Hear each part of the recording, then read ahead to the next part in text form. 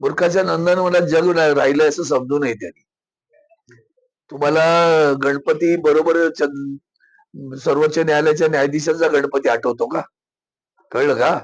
आणि जेव्हा स्वतः म्हणजे त्यांच्याशी थेट नसली तरी त्यांच्या पक्षाच्या विरोधात केसेस चालू आहेत सुप्रीम कोर्टात, आणि अशा वेळेला तुम्ही मुद्दामून या देशामध्ये हिंदू मुस्लिम खास करून महाराष्ट्र आणि हरियाणा निवडणुकी समोर ठेवून तुम्हाला दंगली अडवायची आहेत आणि हिंदू मुस्लिम असं पोलरायझेशन करायचं आहे, ध्रुवीकरण करायचंय, म्हणून असल्या स्टेटमेंट दिल्या जातात.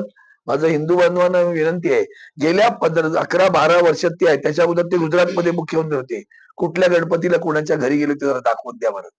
आणि कुणाच्या आरती करत होते. आरती करण्याबद्दल, गणपतीला जाण्याबद्दल नाही, कुणाच्या घरी जात आहे आणि कोणत्या वेळेला जात आहेत ती वेळ लक्षात घ्या. हे कळलं पाहिजे राजकारण आपल्याला.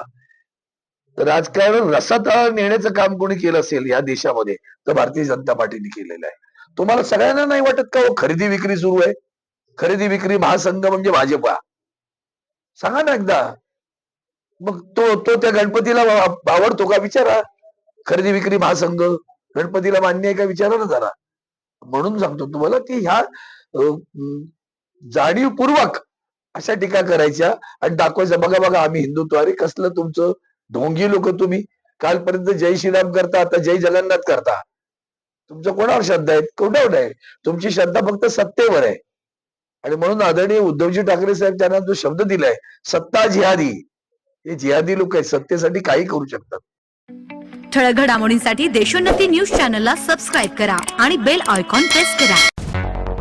मुंबई, पुणे, नागपूर, मराठवाडा असो का विदर्भ, राजकीय, सामाजिक, शैक्षणिक क्षेत्र असो का क्रीडा, सर्वच घडामोडीचे विश्लेषण पाहायला विसरू नका.